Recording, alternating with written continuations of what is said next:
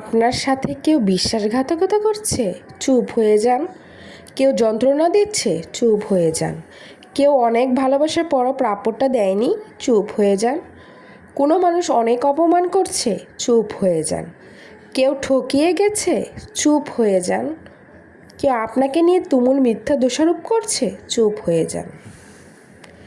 এমন নীরব হয়ে যান যে সে মানুষগুলো যেন তার কখনোই আপনার শব্দ কিংবা ছায়া না দেখে।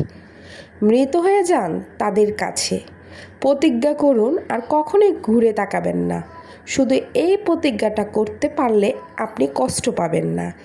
এই যে নীরবতা আপনাকে দম বন্ধ করা আর্তনাদ দিবে, কিন্তু অপরপক্ষকে দিবে আফসোস। আসলে আমরা হারাবার ভয়ে শব্দ দিয়ে প্রতিবাদ করি, কিন্তু আপনি জানেন কি যে মানুষগুলো আপনাকে মানুষ বলে মূল্যায়ন করে, আপনাকে দমবন্ধ কান্নার অনুভূতি দিয়েছে, তারা আপনার কেউ না। তাই নিজের স্বার্থে বাঁচুন, নিজেকে ভালোবাসুন।